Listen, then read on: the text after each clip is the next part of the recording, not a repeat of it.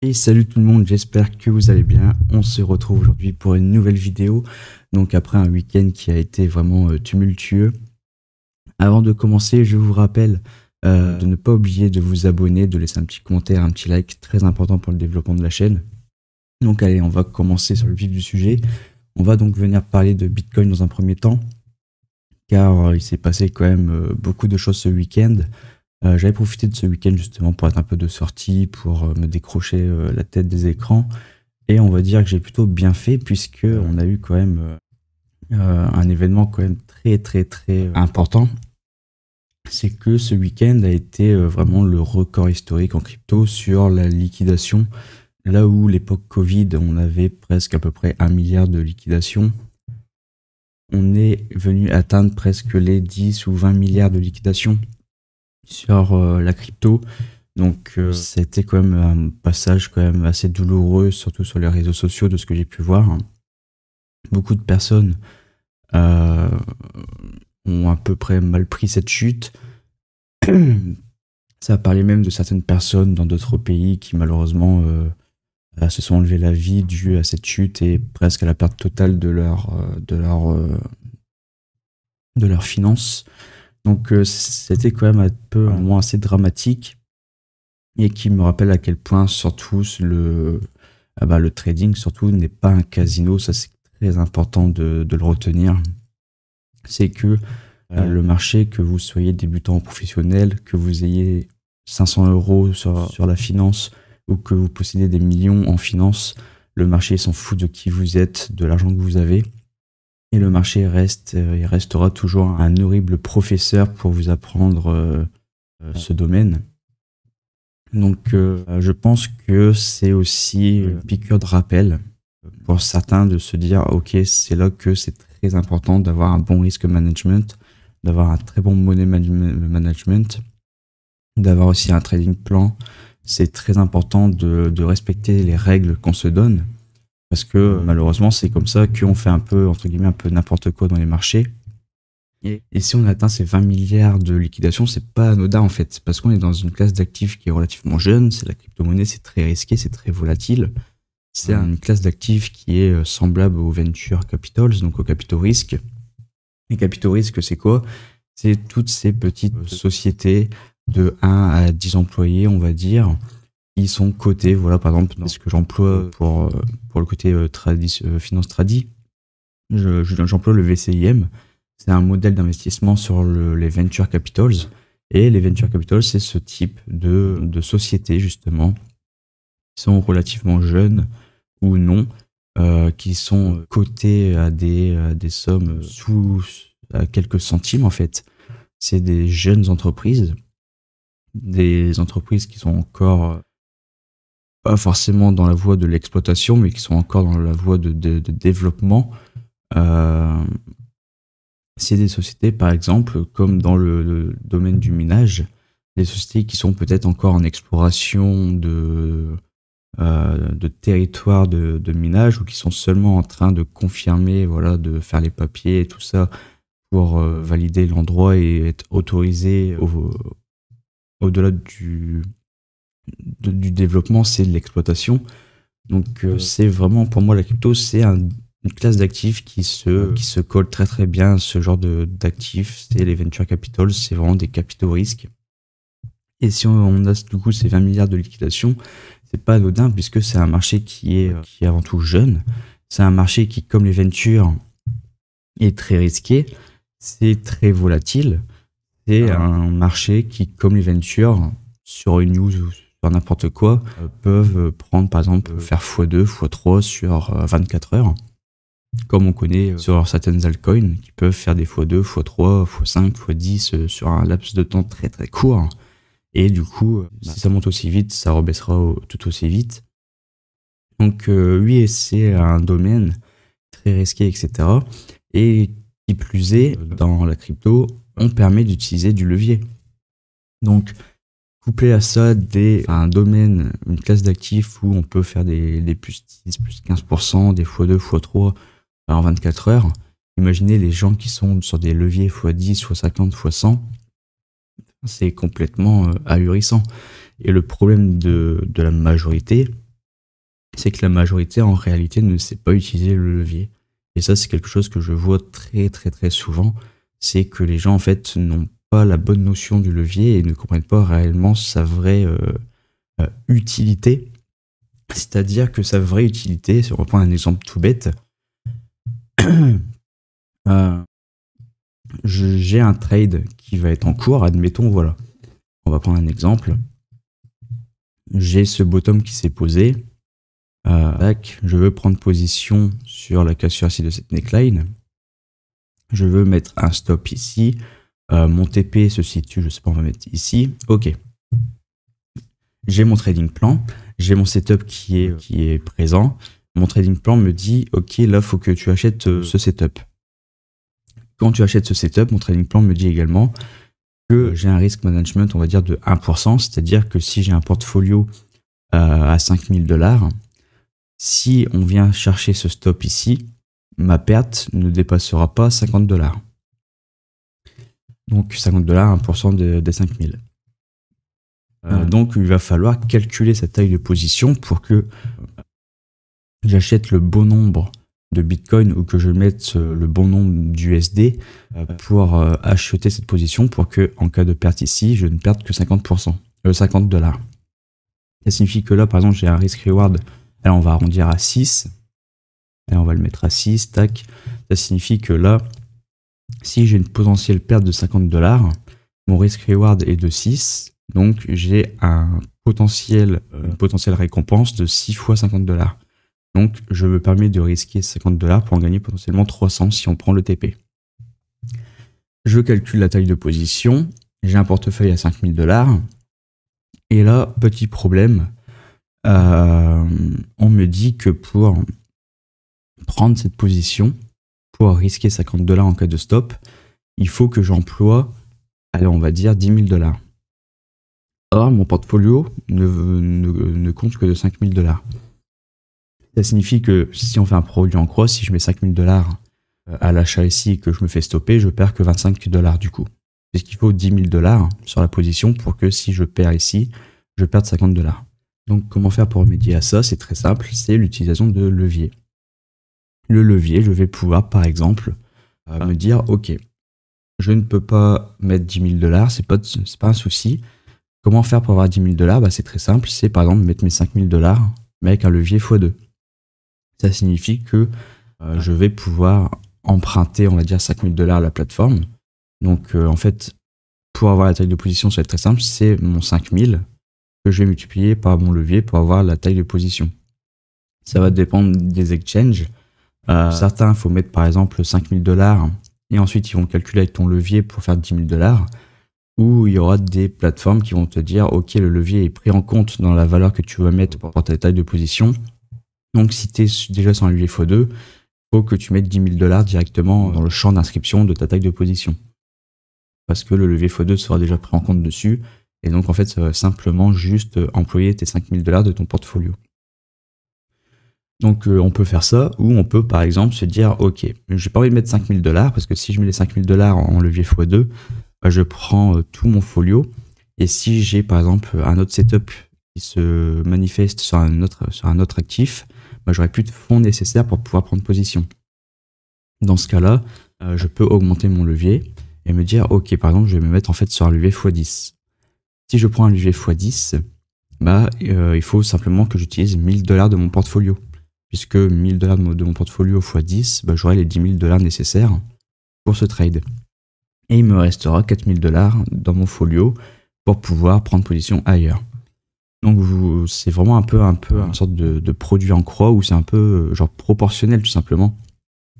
Plus on va employer un levier haut, moins il faudra mettre de fonds, moins de fonds nécessaires pour avoir sa taille de position.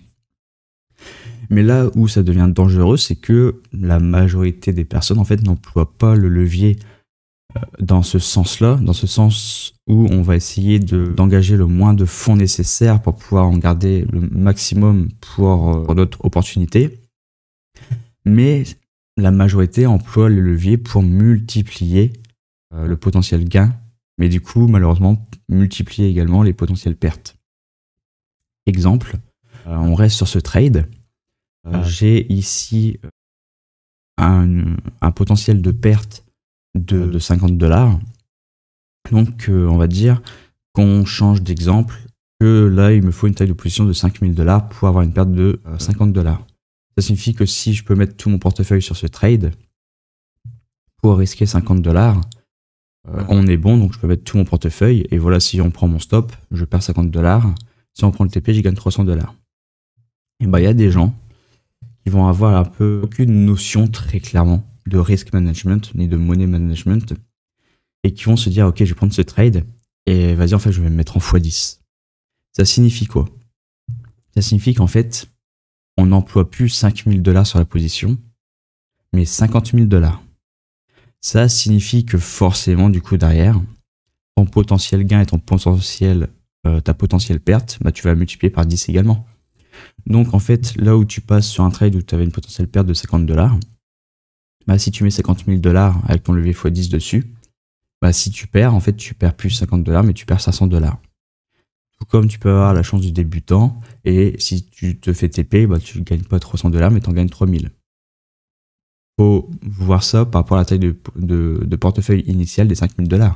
C'est-à-dire que sur un portefeuille de 5000 $, si tu en perds 500, tu perds 10% de ton portfolio. C'est énorme.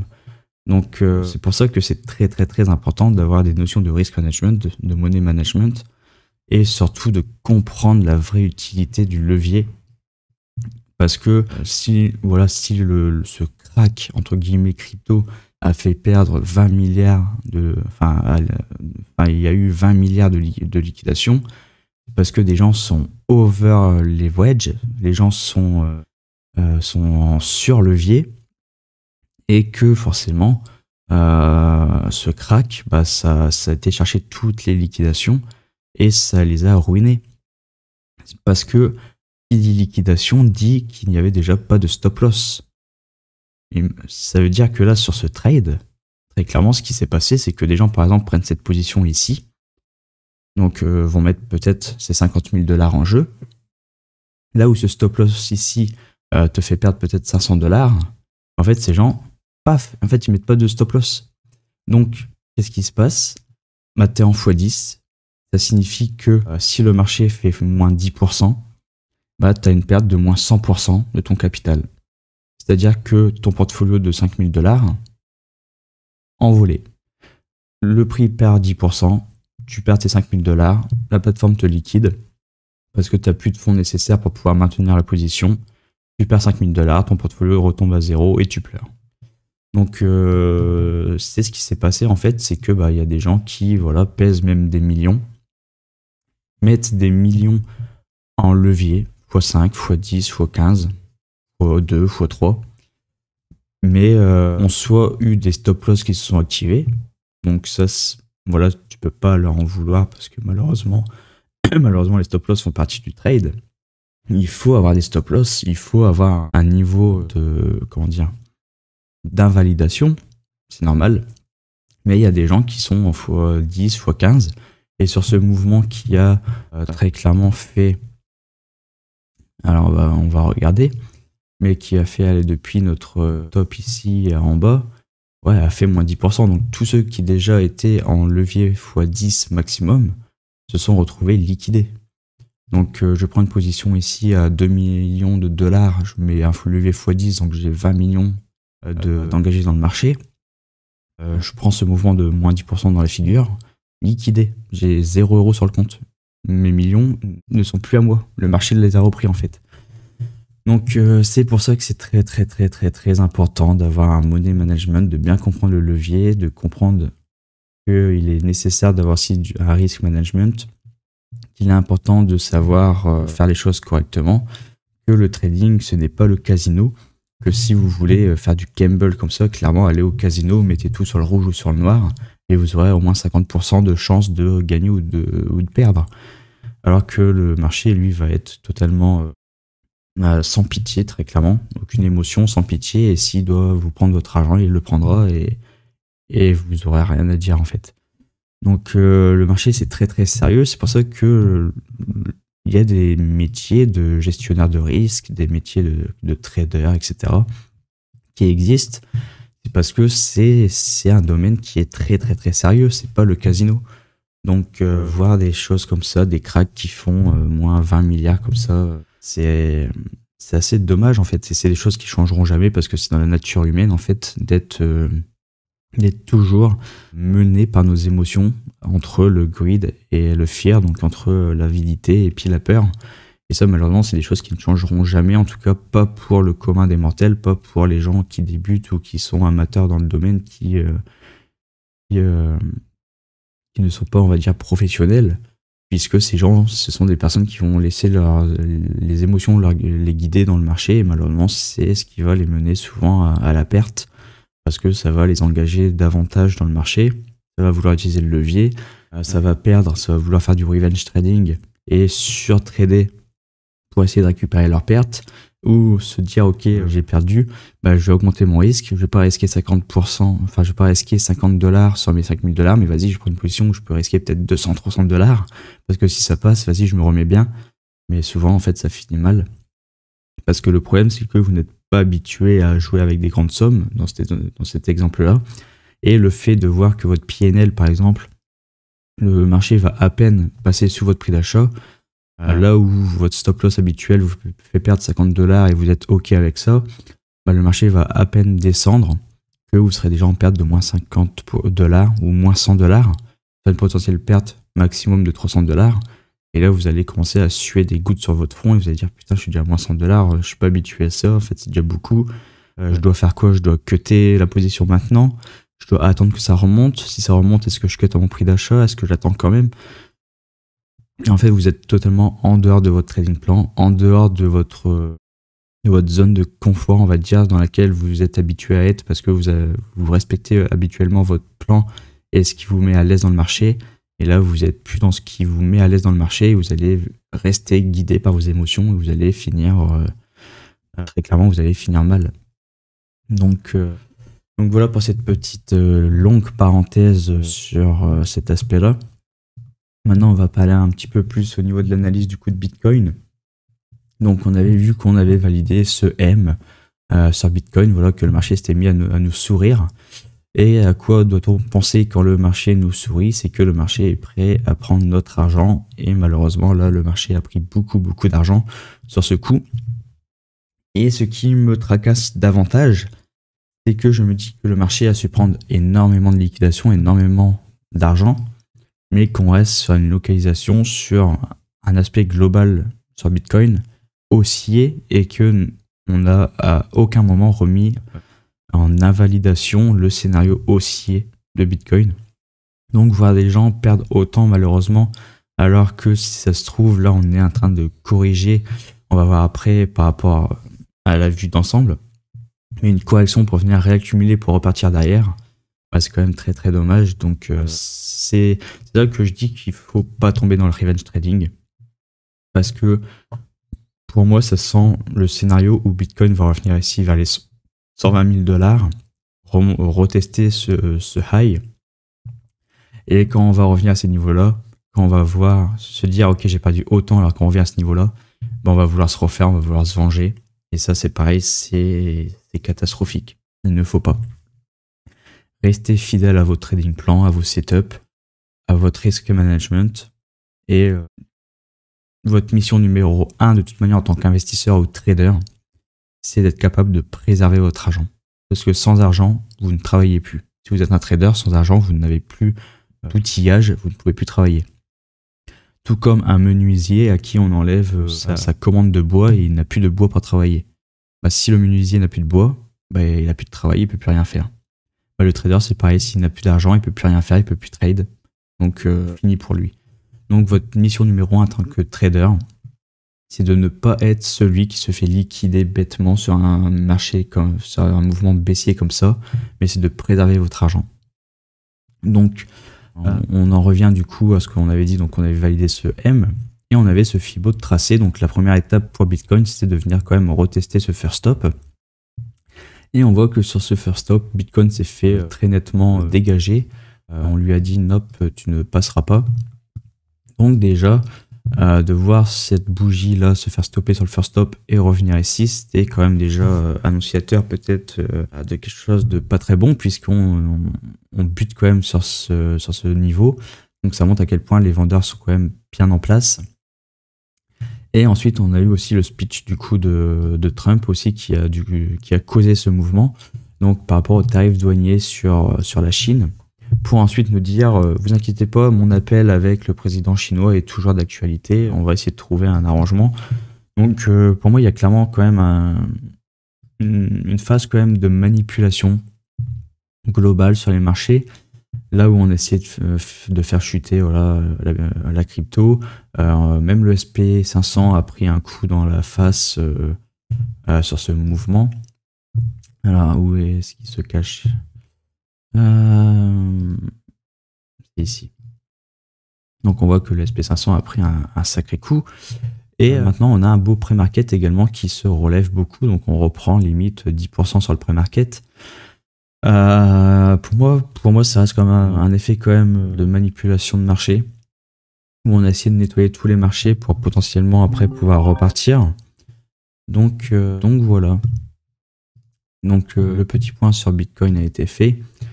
Peut-être une petite parenthèse au niveau des cryptos, notamment Hyperliquid, où on est revenu dans cette reload zone. Donc comme je disais dans le Discord, c'est toujours important d'avoir quelquefois des ordres qui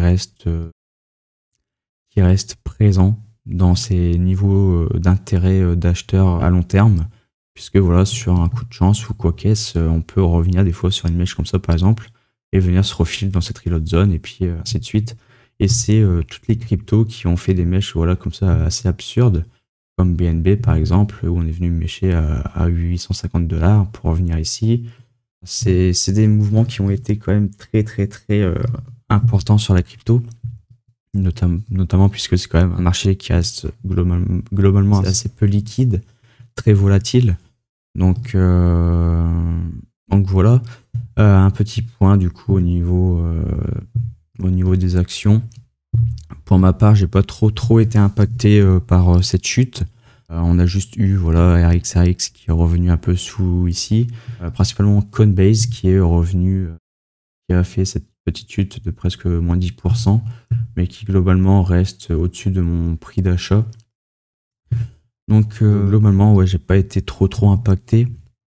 J'ai été impacté uniquement sur mon CTO trading, puisque voilà, j'ai pris ce stop loss.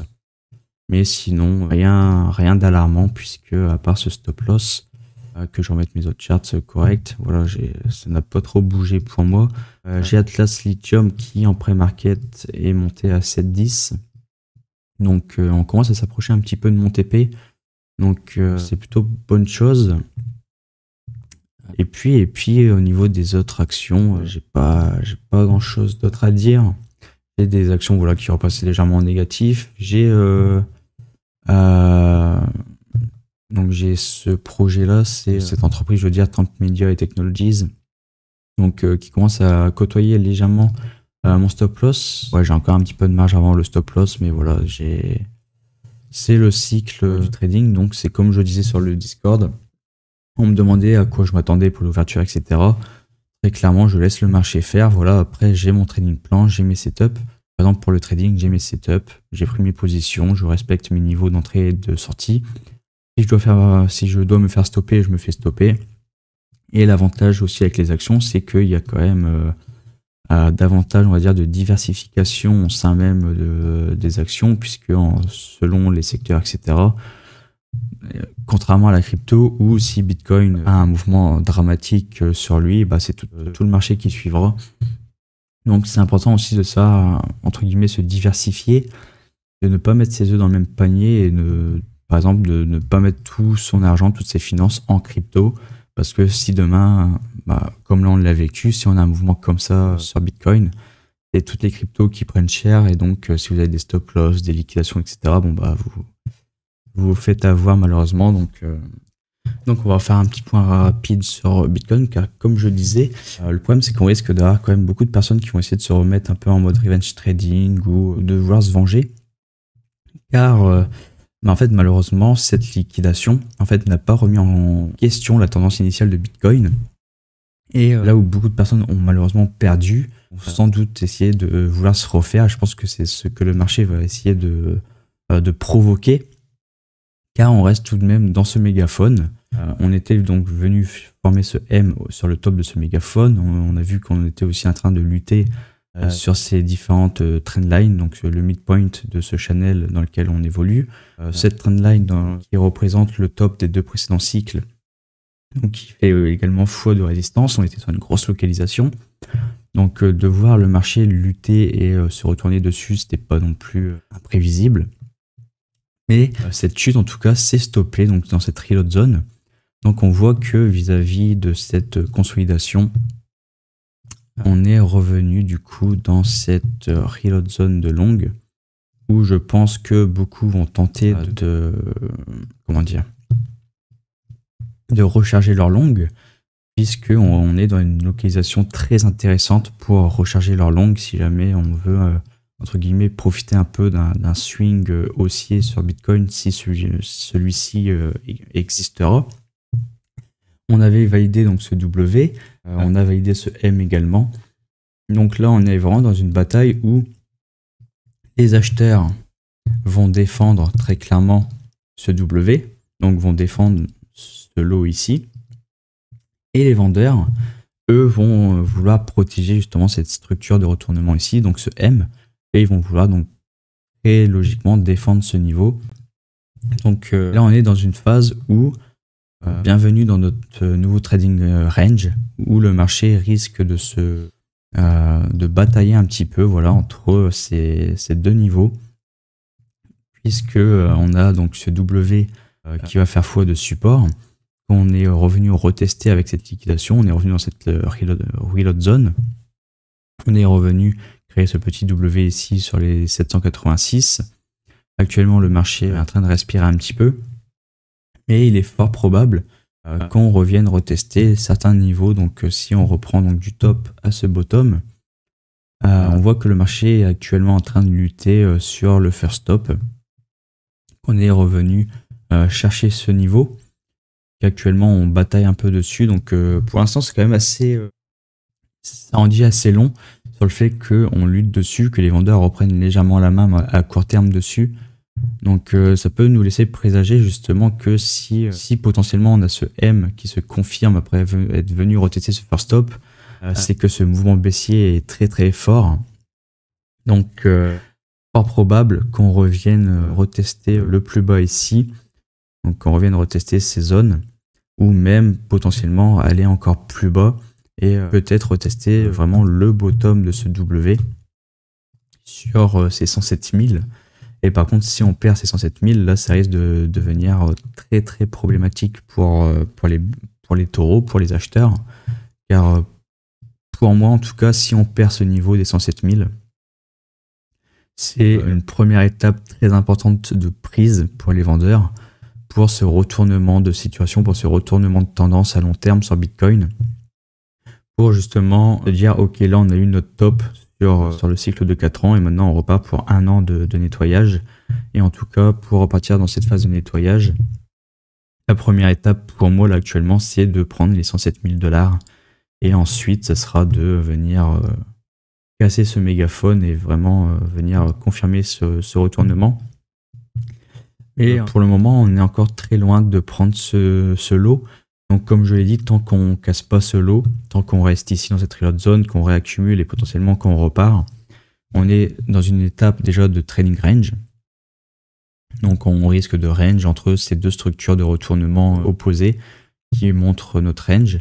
Et à la suite, on va dire, de la tendance, la suite du mouvement lié à ce mégaphone risque d'être pris selon quel niveau va être cassé.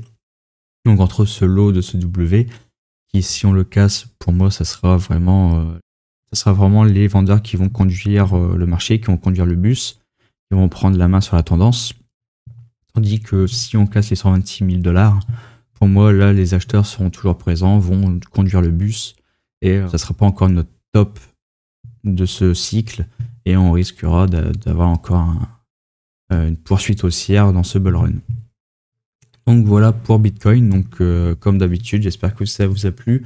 Si c'est le cas, n'oubliez pas de vous abonner, de laisser un commentaire et un like, très important pour le développement de la chaîne. Et moi je vous dis à la prochaine. Allez, ciao!